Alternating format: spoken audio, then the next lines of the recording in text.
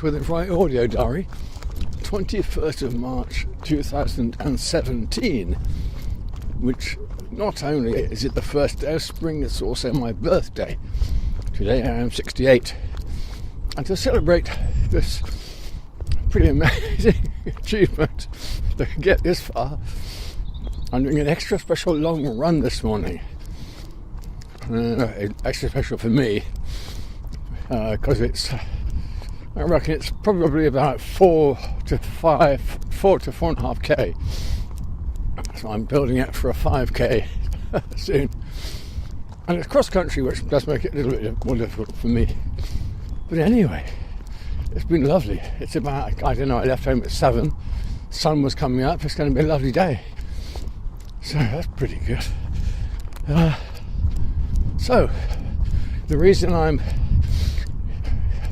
recording this as I run is because I read that if you've got a good pace, you should be able to have a bit of a conversation with somebody as you're jogging. So in this case, I'm having a conversation with you. So thank you for coming with me. If I slip over because I'm not focusing on the running and break a leg, it's your fault.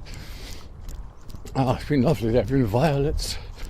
It's such a lovely time of year. It's quite chilly, but to be honest, with a good pair of gloves and a good woolly hat, which I've now taken off because I've warmed up, you don't get cold when you're running, really. Yeah, 68, not bad. Oh, I managed to drop my hat in the stream, and I managed to put my foot into a big muddy patch. I took a photograph of the big muddy patch just before I managed to slip and put one foot into it. What else was I going to tell you about? Oh yes, there was one of the, as you can see from the photos, a lot of, I'm just going over a style. A lot of, I'm not cheating. A lot of in the photos, where was I? Right, in a lot of the photos you'll see that there is a plethora of posh houses around here, and money in them their hills, Cotswolds, Painswick, I live at Painswick, Gloucestershire, in the Cotswolds. Good old Cotswolds. Cotswolds wealth, it was all founded on wool, I believe. Anyway, one of the houses that I jog past, I'm set way back, you don't see much of it apart from where the boundary wall has collapsed. Well, I've got to go carefully here because it's wet and muddy. It's huge. It's a huge mansion, and it's set in quite a good acreage of field and woodland. And the story is that the owner, when he died, elderly man, another style coming up, and I'm going to blow my nose. That's one of the hazards of running in the cold.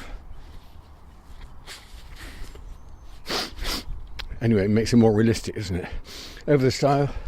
Yes, the elderly man, when he died, who owned it, didn't have any relatives to pass it on to. And it just so happened that his best friend was his gardener, his whole gardener. And so he left the whole caboodle, which must have been worth millions, I reckon, to the gardener. Well, once he had gone to the solicitors and they'd picked him up off his chair when they told him the news, he thought, I don't want to live there. What do I want to live in that old place for? And he sold it. And I thought, oh, good on him. But anyway, he suddenly, in his old age, wow, that might happen to me. Just think. No, I don't do any gardening for any rich people. I must do that. Anyway, it's now been bought by an American tycoon, so the story goes, and he must have cost him a lot to buy from the old man, and he's now spending a similar fortune, it looks like, on doing it up. Well, good for him if he's got it.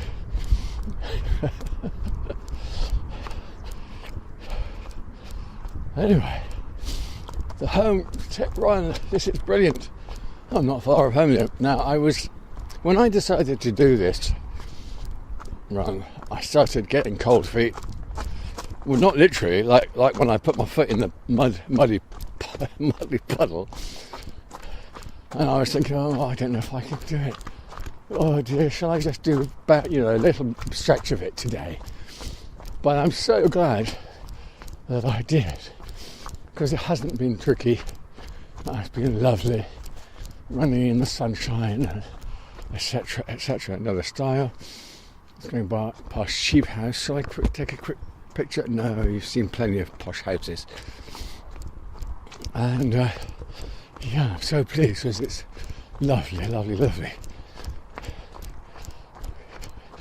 Catherine and I have been vegan for about 4 weeks now. And one of the benefits, of course, for joggers of going vegan is that it does make you a little bit more flatulent than usual. And so, you've got this sort of fart power for helping you up hills. We're actually inspired by a book called Eat and Run, which is about an ultra runner in America who's vegans. So this guy, runs 100 miles in 24 hours on a vegan diet. And I must say, I feel much fitter and healthier and cleaner, and I've got more energy, and I have fart power.